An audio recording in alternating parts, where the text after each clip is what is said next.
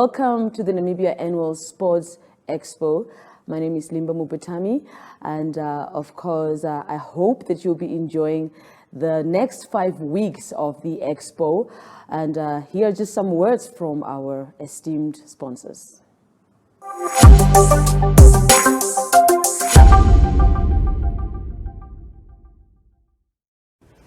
Good day, everyone. My name is Limba Mupatami. Welcome to the Expo. Today in studio, I'm joined by Mr. Richard Frankle from the Namibia Equestrian Federation. Welcome. Hello, Limby. How are you today? I'm very good. And now, starting off, maybe just tell the viewers who you are and just explain the management of the sports code. Sure. My name is Richard Frankle. I am the current president of NAMEF, which is short for the Namibian Equestrian Federation. I come from a sports administrative background, having played hockey, having been involved in the management of the Namibian hockey side, and from there I moved to cricket. So I was president of Cricket Namibia for a long time, and I'm now here with our Equestrian Federation. Great. All right, second question. When was this code established in Namibia? Maybe just a bit of history on the code. Sure. In its previous form, before independence, we were already established in 1958. But obviously after we became independent, that was where the name was then changed to NAMEF for Namibia. We have currently roughly just over 300 active riders and over 500 participating horses, with 17 clubs that are situated throughout Namibia, north, south, east and west. And the Equestrian Federation actually looks after the 4 disciplines of equestrian, and they are dressage, show jumping, eventing, and then endurance. And you would probably be aware that, having looked at the recent Tokyo Olympics, you would have seen dressage, show jumping, and eventing were all represented at the Olympics. So NAMEF is also affiliated to our Namibian Sports Commission, as well as to the Namibian Olympic Committee. We are also affiliated to the International Federation, FEI. So yes, the sport we practice is practiced worldwide. From a point of view of a sport, it's one of the few sports where you have a rider and a horse that need to work in synergy together to achieve the end goal. All right. Now, just lastly, the registration process, if there's somebody out there who would like to join the Federation, how does one register, and maybe just tell us a little bit about the fees that are involved? Right. So if you are interested in joining a club and taking part in the sport of equestrian, you can contact Mana Stale. She is the Secretary General of NAMEF, and her email address would be secretarygeneral@namef.com.na. And she would be able to guide you, depending on the region that you're coming from, which club to join, which is your closest club within the region, and she would then be able to give you the affiliation fees and the joining fees for each club. I am Christine Gräfin Fink von Finkenstein, and I am the jumping delegate on our board of NAMEF, the Namibian Equestrian Federation. All right, fantastic. Now, what is happening in Namibia in your sport code at this moment? What are just some of the "we are doing these right now" stuff that are happening? Oh, we have so much happening. We are 4 sports codes, 4 disciplines, so we are really very, very busy. We have just had the National Endurance Championships that were held in Henties Bay. We are presently working towards our youth jumping challenge goal that we can qualify Namibia for that, which is on the same par as the Youth Olympic Games, which, you know, were cancelled by the International Olympic Committee last year due to COVID. So our World Federation has staged a jumping competition for our juniors, which is called the Youth Jumping Competition, which will be held in Aachen in Germany next year in July. And so we are trying to qualify. It's only 5 countries on the African continent that will qualify, and we have 13 African countries that are vying for those 5 spots. So we've been working the whole year with our head coach on having clinics and camps for the youth. I am very certain that we will qualify because we have made very good progress on that front. That qualifying competition is part of the FEI Solidarity Program. So the FEI, our World Federation, sends us judges and officials to come and oversee the process of that qualifying competition so that nothing can go wrong. Nobody can say, oh, you just did it because you know each other. Yeah. That doesn't happen in our sport. It's really world guidelines that we have to stick to. And so you must all hold thumbs for December for one of our brilliant athletes qualifying for the jumping for that. Then we have, on the endurance front, we've made headlines. We have confirmed that we will hold the national championships next year in May with international participation too from Botswana and South Africa. And which is coming up very soon, is the Dressage World Challenge and the 7 Nations Dressage Challenge in 1st and 3rd October at the oldest club that we have in Namibia, which is the Gymkhana Club, Windhoek, in Academia next to the Windhoek Country Club. So that is dressage, and we have another highly qualified judge sent to us from our World Federation to judge that. And so we've pretty much covered 3 of the disciplines of our 4. Our 4th discipline is a little bit more difficult because of COVID. We have always had the African Shield Series, which takes part between Zimbabwe, Zambia, South Africa, and Namibia. But due to COVID, since beginning of last year, we couldn't hold any of the African Shield Series. So we are really hoping to get geared up for next year again in the eventing discipline. So we've only got the eventing national championships to look forward to. But I think even though we've all struggled with COVID, we are pretty much on par to get going again. Well, sounds like you guys have quite a plan there for the Federation. And talking about plans, maybe just highlight some of the development plans for Namibia that you have right now for the Federation. Right, so in the show jumping, we have our Youth Talent Identification Development Program, which incorporates all of our local coaches and their students.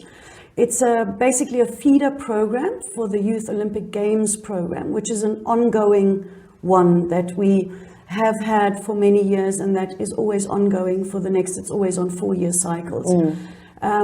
It is the first time, though, that we've had a national head coach running the Youth Olympic Games program and not somebody flying in from South Africa, the expertise.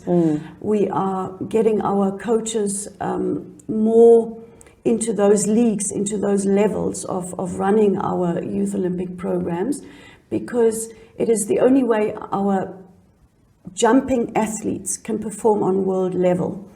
The endurance athletes are participating on world level with their distances, but for dressage, jumping and endurance, we are on development level from our World Federation on. So you will not be seeing us at Olympic Games, but you will be seeing us at Youth Olympic Games. Great, fantastic. So, and all Africa Games and so on. So we are a step below, but not really, because our youth are having all the chances that we can give them. It's just on the senior level with jumping, dressage and eventing. We will not be participating at Olympic Games, but we will be participating at all Africa Games, at Commonwealth Games, if there is equestrian offered. So yeah, for our youth, we're doing a lot. We're getting the coaches up. We've got the Youth Olympic program. We're trying to get more of the dressage side as well, which is a little bit more difficult because with the dressage, it's even more important to have your partner, your horse, your part of your team, to have it always there. With the jumping, it's maybe a little bit easier to be a very good show jumper and then to go and ride in another country on a different horse. But I think with the dressage, it's very much a partnership because it is like a ballet dance. So you can't really just swap partners around always. So yeah, but we're working on that. We're working on the dressage. Now, just some of the success stories of your sports codes, your sport code in Namibia, and maybe just highlight some internationally, some success stories that you've had so far. Okay, we will start with the most recent one. So we have our top show jumper, Mrs. Kate Allison. She qualified for 2019 and 2020 because of COVID again. She qualified to go to the FEI Jumping World Challenge Finals, which will be held in Jakarta at the end of November this year. And only 20 athletes get to go there, get to qualify. So we are on world standings from the FEI, from our World Federation, and only the top 20 athletes. There it is not from different countries, but you have to qualify within the top 20, and then you qualify to go to those world finals. And we are very proud of Kate that she has managed to qualify in the top 20 and go to those finals. She's not the first one though. We had a gold medal in 2008, Michelle Künzler was crowned world champion at the FEI World Challenge Finals in Santiago de Chile. The same year she became the MTC Athlete of the Year. So we, out of that solidarity program, which is the FEI World Jumping Challenges, we've qualified a couple of times, not always because it's very difficult, but we have qualified. So Kate is going this year, extremely proud of her. Then in 2019, when we had two junior endurance girls qualified to go to the World Endurance Championships, which is, of course, that's where the whole world comes together, not the challenges, but it's like World Games that they come together. And that was Maya Janby and Jonelle Kutsia. In 2018, we had a silver individual jumping medal from Jessica Kreiner for the show jumping at the All Africa Games in Algiers. And in 2015, Michelle Künzler again, she won bronze in Bulgaria with that jumping challenge. But like I said, it's difficult because half your team stays behind at home. We cannot take our other half along on flights. So it's only, if we see it in a team context, half the team gets to go and half the team stays behind. So our athletes are not only extremely skilled in the technical sense, but they are extremely versatile. We send them away without the other better half, or I call it the better half, our horses, but we expect them to just get on and ride another horse and do well. So these what they have achieved, these athletes, is always on strange horses. It's amazing. They have to adapt so quickly. They don't get much chance. They get half an hour and then they have to adapt and go in and jump a meter 20 course or ride a big dressage test. So I take my hat off to all of them because you are used to your other partner, just like in any sport. You know what they feel, you know what they think. And our athletes just go and do it on a completely strange half of their team, and they excel at this. So our athletes are extremely good. The challenges in the jumping started off in 2001, and we had a very young athlete qualify in 2002, Tanya Davido. She just missed the podium. So she started off our success story in 2002. We've even had the two dressage athletes go. That was in 2003 and 2004. And in 2004, Brigitte Davido won a bronze medal at the dressage challenge in Germany. The most recent success story, I mentioned that right in the beginning, was our newly crowned Namibian endurance champion in Henties Bay, that was, and that is Mr. Justus Afrikaner from the Viandi Sporthorstad, which is in Witvlei. And then I hope we will have another young success story, middle of October, vying for the jumping crown in the juniors, and that is Innocent Chitavi, and he's also part of our Youth Olympic Games program. Thank you so much, Ms. Christine. Quite very informative interview, and you guys are quite busy, well informed as well. I've learned a lot today here, and keep being proactive. You can get on a horse now and ride. Of course, yes. Well, that is it from Ms. Christine from the Namibia Equestrian Federation, just informing us about some of the winners that have, some of the highlights as well in the federation. Thank you so much.